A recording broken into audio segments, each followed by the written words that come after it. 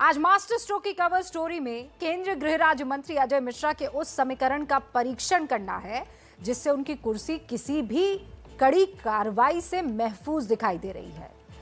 ABP news reporter के साथ टेनी की बदसलूकी को 24 घंटे से ज्यादा बीत चुके हैं, लेकिन टेनी की कुर्सी बरकरार है, जबकि उन्हें बर्खास्त करने के लिए संसद से लेकर सड़क तक संग्राम छिड़ा हुआ है। दिल्ली से यूपी तक हर जगह उनके पुतले जलाए जा रहे हैं। कहीं टेनी के खिलाफ नारेबाजी हो रही है, बावजूद इसके टेनी पर एक्शन नहीं हो रहा।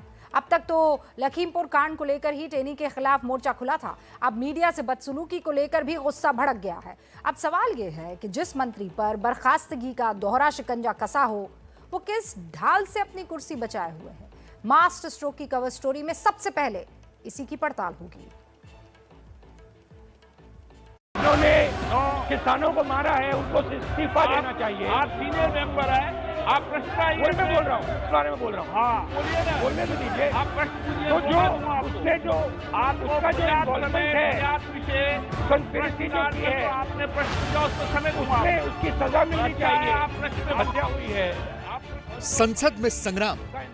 ये जो मंत्री है, इसको आप प्रश्न पे बोले, आप पहले प्रश्न नंबर बोले, सरकार से निकाल देना चाहिए। ये कैसे हो सकता है?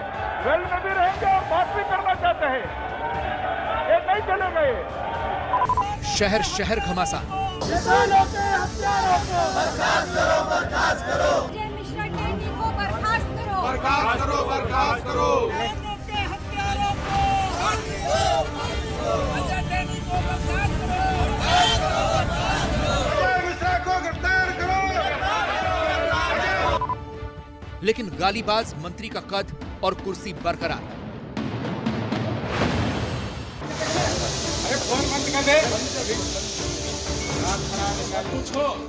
सिर्फ 24 घंटे पहले लखीमपुर में जो शख्स खुलेआम एबीपी न्यूज के रिपोर्टर से गाली गलौज कर रहा था, उसने दिल्ली में पूरी ठसक के साथ गृह मंत्रालय में अपने दफ्तर में एंट्री ली। शायद मंत्री जी को यह भरोसा है कि उनके 7 खून माफ है, और हो भी क्यों न। जब कैमरे पर गाली गलौज करने के बाद भी कोई एक्शन नहीं हुआ तो हौसले तो बुलंद होंगे ही। फिर चाहे संसद में कितना ही हंगामा हो, मंत्री जी की सेहत पर कोई असर नहीं है। उनको इस्तीफा देना चाहिए। आप सीनियर मेंबर है, आप प्रश्न मैं बोल रहा हूँ। जो उसका जो इन्वॉल्वमेंट है, बोलने तो दीजिए। आप प्रश्न पूछिए। तो जो लोकसभा में यह संग्राम लखीमपुर कांड पर एसआईटी रिपोर्ट और एबीपी न्यूज रिपोर्टर से हुई बदसलूकी को लेकर छिड़ा है। विपक्ष केंद्रीय गृह राज्य मंत्री अजय मिश्रा टेनी की बर्खास्तगी पर अड़ा है। प्रश्नकाल में ही राहुल गांधी टेनी को हटाने पर अड़ गए, जिस पर राहुल और संसदीय कार्य मंत्री प्रहलाद जोशी में तीखी बहस हुई। करना चाहते हैं, ये नहीं चले गए। तो जो लखीमपुर खेरी में हत्या हुई है, आप प्रश्न और जो पूछिए। मंत्री का इन्वॉल्वमेंट है, उसमें मानो किसानों को मारा है, उनको इस्तीफा देना चाहिए। आपने जो उसका जो इन्वॉल्वमेंट है, विषय कंस्पिरेसी जो की है, ये जो मंत्री है, इसको आप प्रश्न पे बोले, आप पहले प्रश्न नंबर बोले, सरकार से निकाल देना चाहिए। नो, ये क्रिमिनल है। कांग्रेस पार्टी के जो मेंबर्स है वेल में है, वो उधर से बोलना चाहते हैं, प्रश्न करना चाहते हैं, ठीक नहीं, उनके मेंबर वापस बुलाने दो। वो ये कैसे हो सकता है? वेल में भी रहेंगे और बात भी करना चाहते हैं, ये नहीं चले गए। टेनी की बर्खास्तगी पर संग्राम सिर्फ संसद में ही नहीं छिड़ा। दिल्ली से लेकर लखनऊ तक कांग्रेस और दूसरे विपक्षी दल टेनी के खिलाफ सड़कों पर उतरे। कहीं टेनी के पुतले जलाए गए, कहीं मुर्दाबाद के नारे लगे। ये 4 तस्वीरें उत्तर प्रदेश के शहरों की हैं। राजधानी लखनऊ में कांग्रेस कार्यकर्ताओं ने टेनी के खिलाफ धरना प्रदर्शन किया, तो लखीमपुर में समाजवादी पार्टी ने टेनी को बर्खास्त करने का नारा बुलंद किया। टेनी के खिलाफ गुस्से की ऐसी ही तस्वीर यूपी के एटा से भी आई, और दिल्ली से सटे गाजियाबाद में भी टेनी के खिलाफ नारे गूंजे।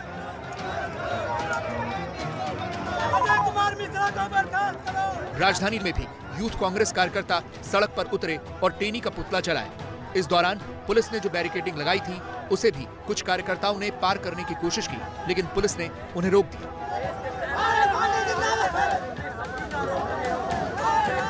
गृह राज्य मंत्री अजय मिश्रा टेनी के इस्तीफे की मांग को लेकर, उनको बर्खास्त करने की मांग को लेकर भारतीय युवा कांग्रेस जो है, इंडियन यूथ कांग्रेस की तरफ से ये प्रदर्शन किया जा रहा है। लखीमपुर मामले में बैरिकेडिंग लगाई है और पैरामिलिट्री फोर्सेस भी यहाँ पर तैनात की गई ताकि आगे ना जा सके, और आगे ही कुछ दूर पर संसद है, लिहाजा इन लोगों को यहीं पर रोक दिया गया है।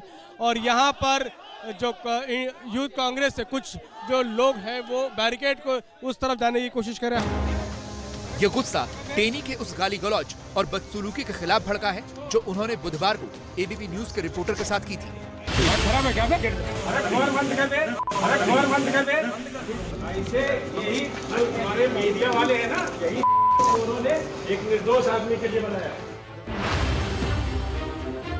देश की कानून व्यवस्था के रखवाले की ऐसी हरकत को देखकर पहले तो पूरा देश हैरान हुआ, और ऐसी हरकत के बावजूद भी जब मंत्री जी पर एक्शन नहीं हुआ तो गुस्सा फूट पड़ा।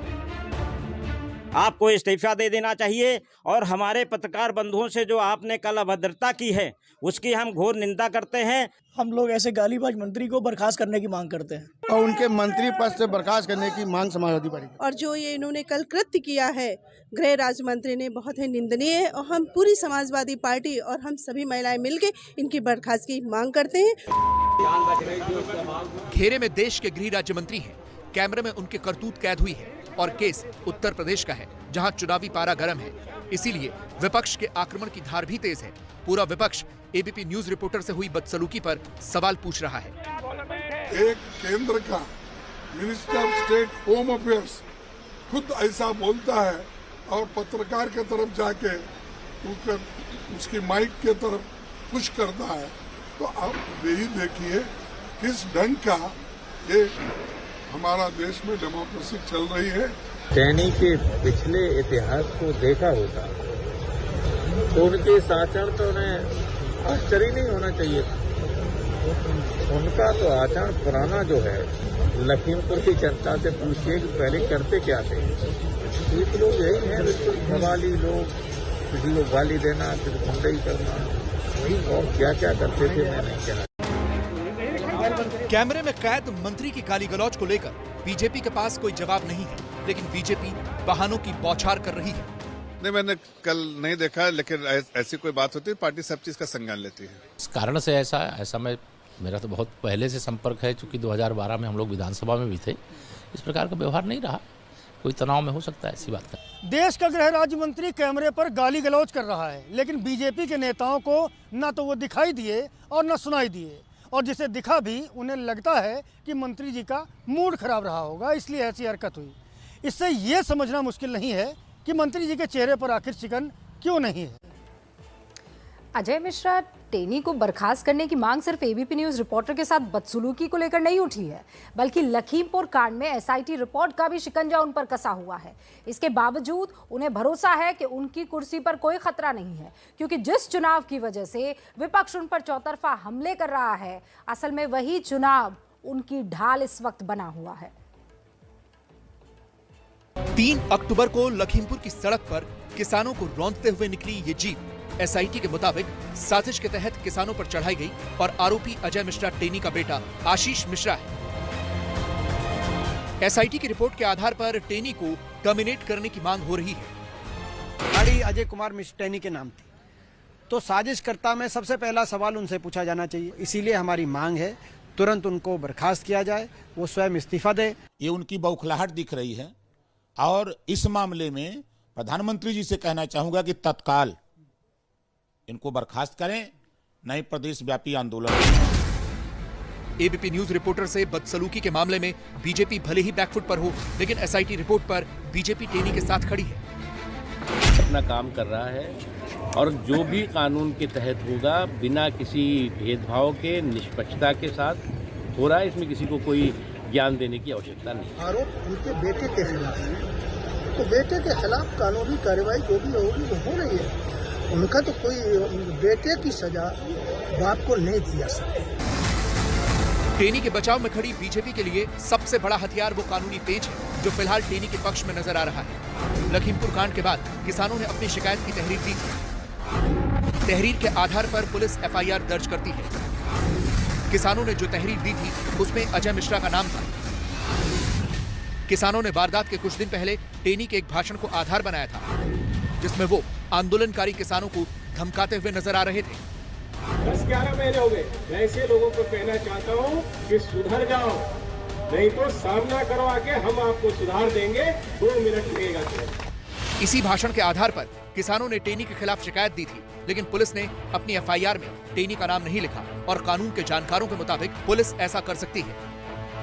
अगर उनका कंप्लेंट में एफआईआर में अगर नाम दिया गया है तो पुलिस इन्वेस्टिगेटिंग ऑफिसर जो होता है, एसएचओ जो होता है, उनको वो नाम एफआईआर के अंदर लिखने पड़ेंगे।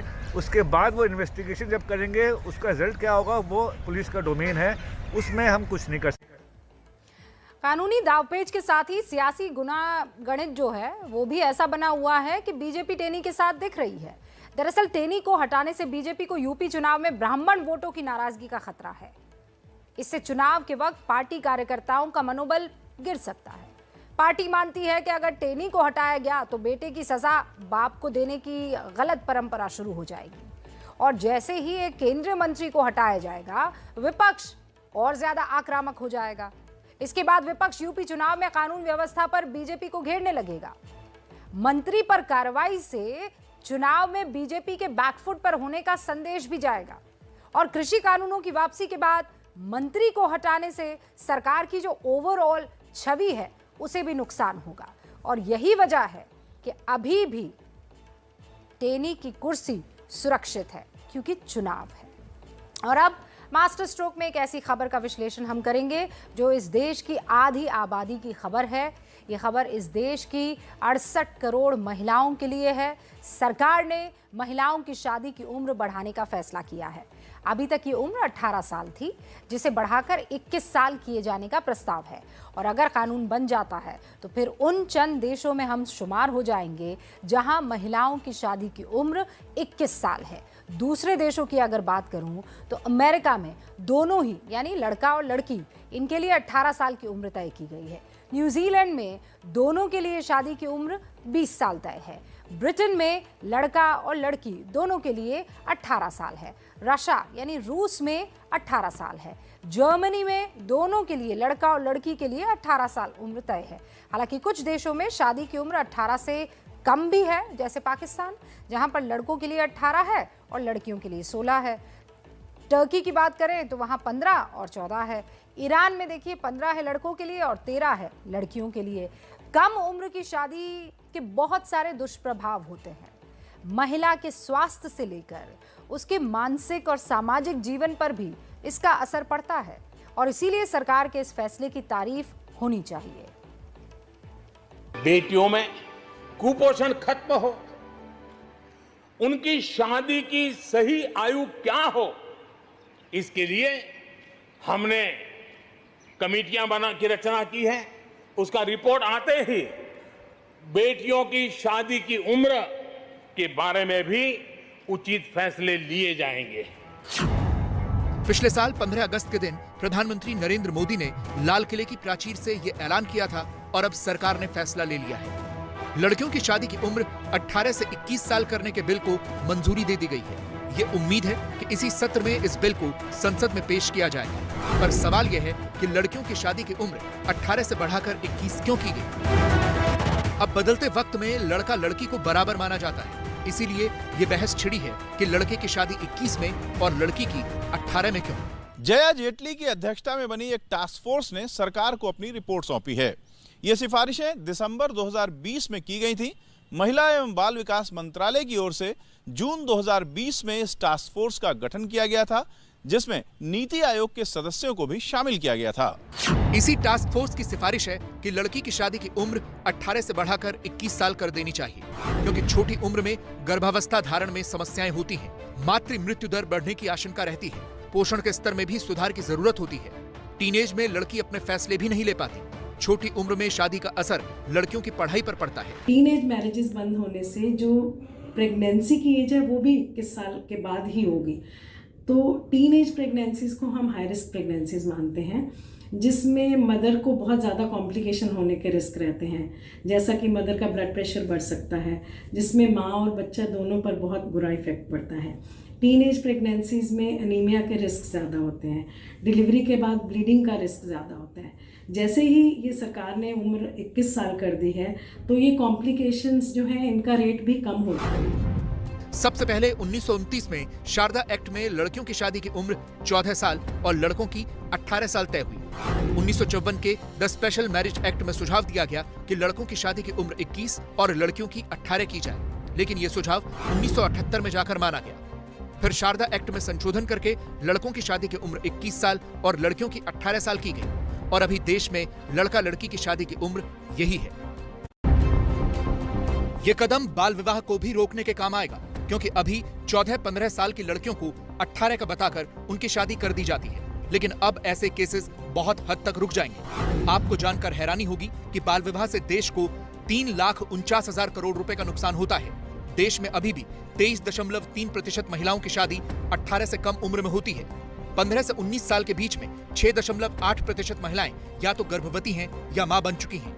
नहीं, ये सही हुआ है। एक्चुअली उस टाइम पहले होता था 18 साल में जो होता था लड़कियों को ना पढ़ाया जाता था और 16 साल में इनफैक्ट शादी कर दी जाती थी, तो अभी 21 किया गया, तो ये काफ़ी सही है। एक लड़की को वो हो जाता है कि हाँ मैं इसमें मैच्योर हो गई हूँ, आगे मेरी लाइफ सिक्योर हो जाएगी, उसको अपने बारे में पता हो जाता है। मतलब अच्छा है, गवर्नमेंट ने बहुत अच्छा किया है। कुछ करने का मौका नहीं दिया जाता, उनसे कहा जाता है कि स्टार्टिंग में ही मतलब आप घर चूल्हा चौका देखो।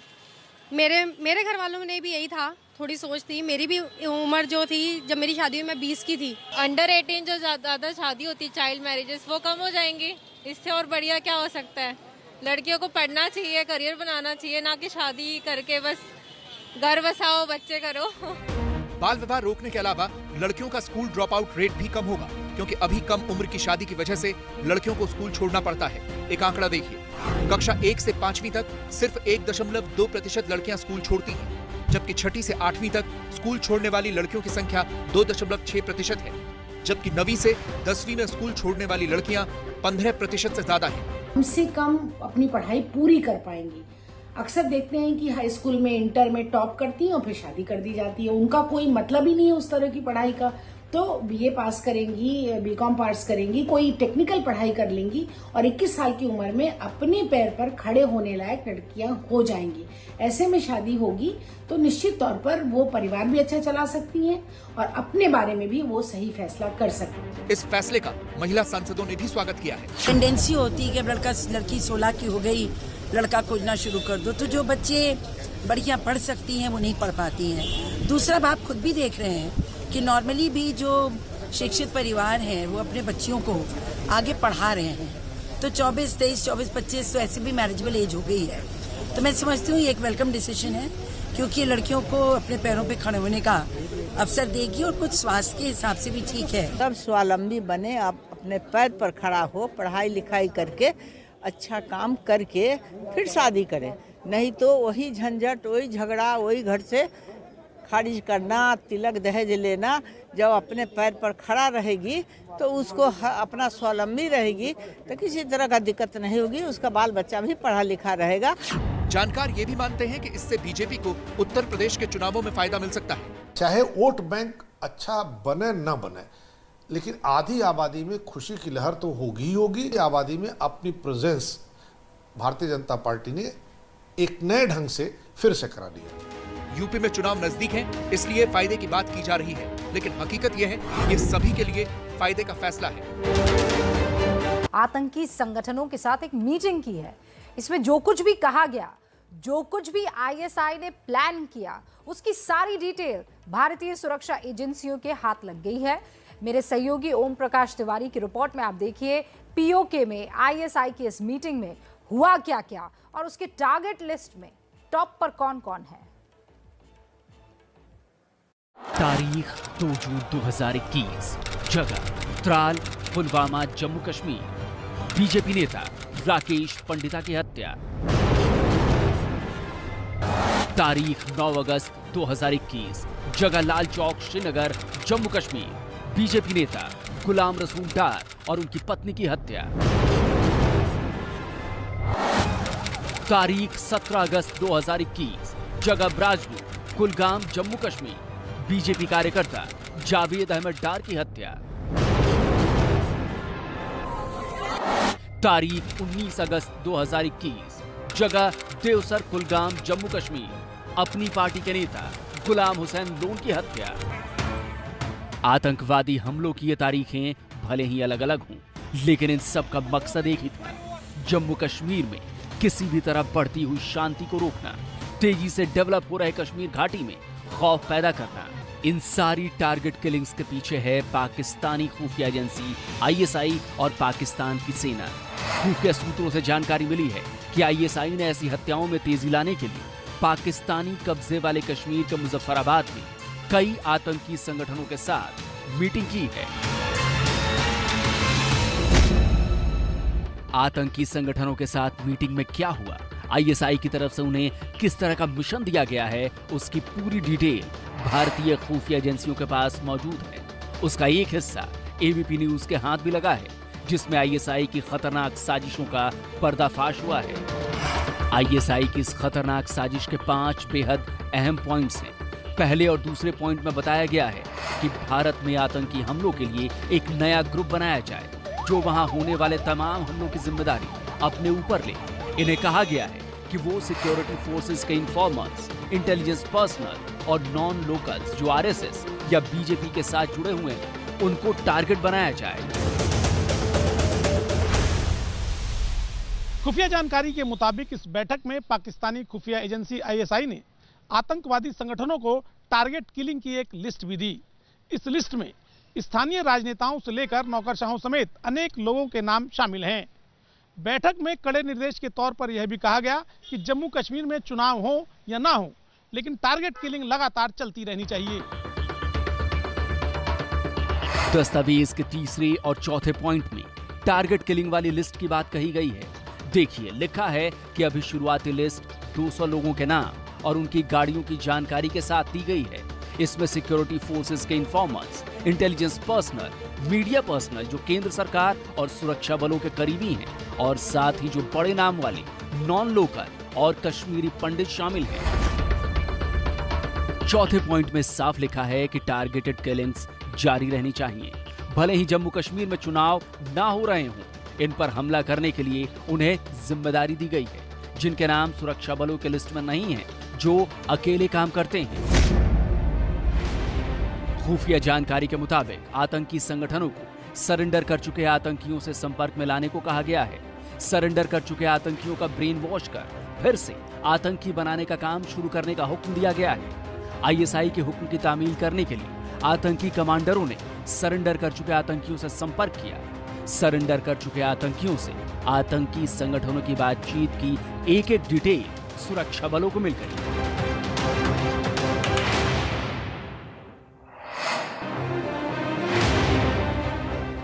इसका नतीजा ये हुआ कि पिछले 15 दिनों के भीतर जम्मू कश्मीर में 12 से ज्यादा आतंकियों को मार गिराया गया है।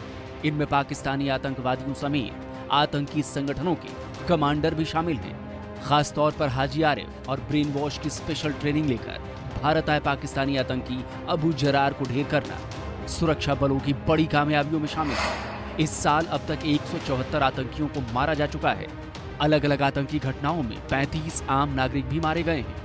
अनुच्छेद 370 हटने के बाद से अब तक 366 आतंकियों को ढेर किया जा चुका है। जम्मू कश्मीर से आतंकियों के लगातार हो रहे सफाये से पाकिस्तानी खुफिया एजेंसी ISI और ज्यादा बौखला गई है। इसीलिए वो भारत में ज्यादा से ज्यादा घुसपैठ कराने की कोशिशों में जुट गई है। खुफिया एजेंसी के एक आला अधिकारी ने बताया कि अपनी साजिश को अमली जामा पहनाने के लिए बीते दिनों में पाकिस्तानी सेना और खुफिया एजेंसी के अनेक अधिकारियों ने पाकिस्तानी सीमा में मौजूद आतंकवादी शिविरों का दौरा भी किया, जहां से लगभग 100 से ज्यादा आतंकवादी खराब मौसम का फायदा उठाकर भारत में घुसने की फिराक में हैं।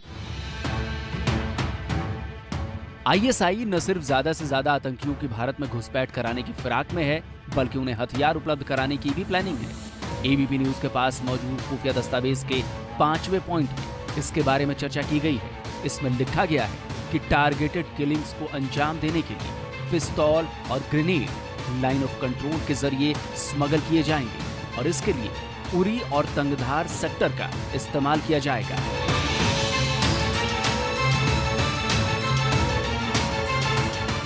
ISI इन्हीं इलाकों से विस्फोटक और हथियार भेजने की फिराक में है, लिहाजा सुरक्षा बलों को ड्रोन्स पर निगाहें रखने को कहा गया है, क्योंकि वही एक ऐसा साधन है जिसके जरिए इस खराब मौसम में भी एक तरफ से दूसरी तरफ आसानी से हथियार भेजे जा सकते हैं। जाहिर है सुरक्षा बलों की कोशिश इस पूरे प्लान को ध्वस्त करने की। संवाददाता ओम प्रकाश तिवारी की रिपोर्ट। हमारा खुफिया तंत्र, हमारी फौज तैयार है। वैसे भारत सरकार ने एक ऐसा ऐलान किया है जिसने चीन की चिंता बढ़ा दी है। भारत ने चीन को उस सेक्टर में मात देने की नींव रख दी है जिसमें पूरी दुनिया पर इस चीन का दबदबा है। कोरोना को लेकर जब चीन पर सवाल उठे तो उसने उस सेक्टर की सप्लाई चेन में गड़बड़ी कर दी। नतीजा, नई कार के इंतजार में हफ्तों की जगह महीनों का इंतजार करना पड़ा। नए आईफोन की पुरानी चिप लगाकर उसे नए तौर पर लॉन्च करना पड़ा। दुनिया की लाखों कंपनियों को अरबों रुपए का नुकसान उठाना पड़ा। लेकिन अब भारत ने इसमें चीन को सीधे टक्कर देने की शुरुआत कर दी है। सरकार ने भारत में सेमीकंडक्टर मैन्युफैक्चरिंग के लिए 76,000 करोड़ के निवेश की घोषणा की है। चीन को मात देने के लिए भारत ने उठाया सबसे बड़ा कदम। सेमीकंडक्टर के ग्लोबल मार्केट में चीन को चित करने का प्लान। सेमीकंडक्टर बनाने के लिए सरकार ने 76,000 करोड़ के निवेश की घोषणा की। भारत को सेमीकंडक्टर निर्माण में ग्लोबल हब बनाने की क्रांति शुरू। जिस इकोनॉमी ने सेमीकंडक्टर पे कंट्रोल, उस पे गुणवत्ता पे, उसकी क्वालिटी पे, उसके डिजाइन पे, टैलेंट डेवलपमेंट पे ध्यान नहीं दिया, वो देश आगे नहीं बढ़ सकता। सेमीकंडक्टर की कमी से दुनिया भर की लाखों कंपनियों को भारी दिक्कतों का सामना करना पड़ रहा है। हाल ही में इसका सबसे बड़ा असर ऑटो सेक्टर पर देखा गया, जिसकी वजह से कारों की प्रोडक्शन से लेकर उनकी डिलीवरी में भी काफी लंबा वक्त लगने लगा। भारतीय बाजार पर भी सेमीकंडक्टर की कमी का असर दिखा। इसीलिए सरकार ने बड़ा फैसला करते हुए भारत को सेमीकंडक्टर का हब बनाने की तरफ बड़ा ऐलान किया है। सेमीकंडक्टर की डिजाइनिंग, मैन्युफैक्चरिंग और पैकेजिंग का इकोसिस्टम बनाया जाएगा। डिजाइनिंग से लेकर प्रोडक्शन तक सरकार की तरफ से मदद दी जाएगी। सेमीकंडक्टर से संबंधित शिक्षा संस्थान और निर्माण यूनिट्स लगाई जाएंगी। 85,000 सेमीकंडक्टर इंजीनियर तैयार किए जाएंगे। प्रत्यक्ष रूप से 1,35,000 रोजगार के अवसर पैदा होंगे। 55,000 बीटेक, एमटेक, पीएचडी इंजीनियर्स के लिए एक प्रोग्राम बनाया है, चिप्स टू स्टार्टअप। आने वाले 1.5 से 2 साल के अंदर अंदर हम लोग टारगेट लेके चल रहे हैं। कम से कम 20 यूनिट हम लगाएंगे अगले 2 साल के अंदर। सेमीकंडक्टर में आत्मनिर्भर बनने की तरफ ये किसी क्रांति से कम नहीं होने वाला है, क्योंकि सेमीकंडक्टर के बगैर फिलहाल अभी जीवन की कल्पना करना भी मुश्किल है। आज के हाईटेक जमाने में सेमीकंडक्टर कितने जरूरी हैं, इसका अंदाजा आपको तब लगेगा जब आप इसके इस्तेमाल को जानेंगे। हमारे मोबाइल से लेकर computer, TV, camera, AC, car, smart bulb, railway, telecom, mic, fridge, washing machine और मिसाइल से लेकर अंतरिक्ष में उड़ती सैटेलाइट तक बिना सेमीकंडक्टर के काम नहीं कर सकते। सेमीकंडक्टर के आधे मार्केट पर चीन का कब्जा है। कोरोना की वजह से चीन में इसकी मैन्युफैक्चरिंग पर असर पड़ा तो पूरी दुनिया के इलेक्ट्रॉनिक उपकरणों के निर्माण पर ब्रेक सा लग गया।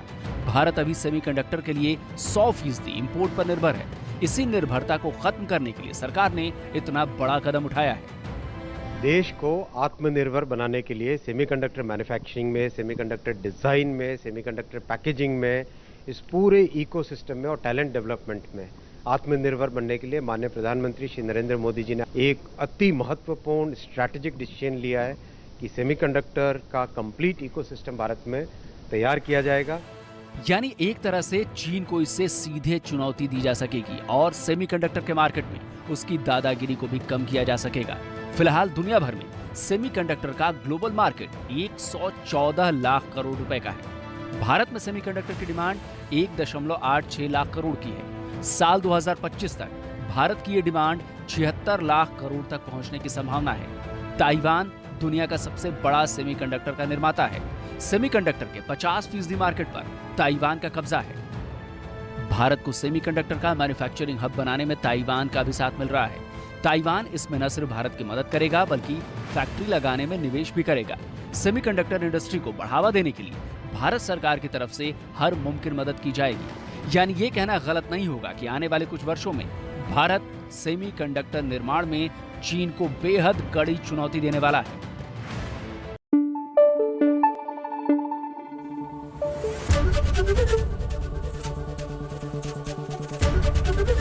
एबीपी न्यूज आपको रखे आगे।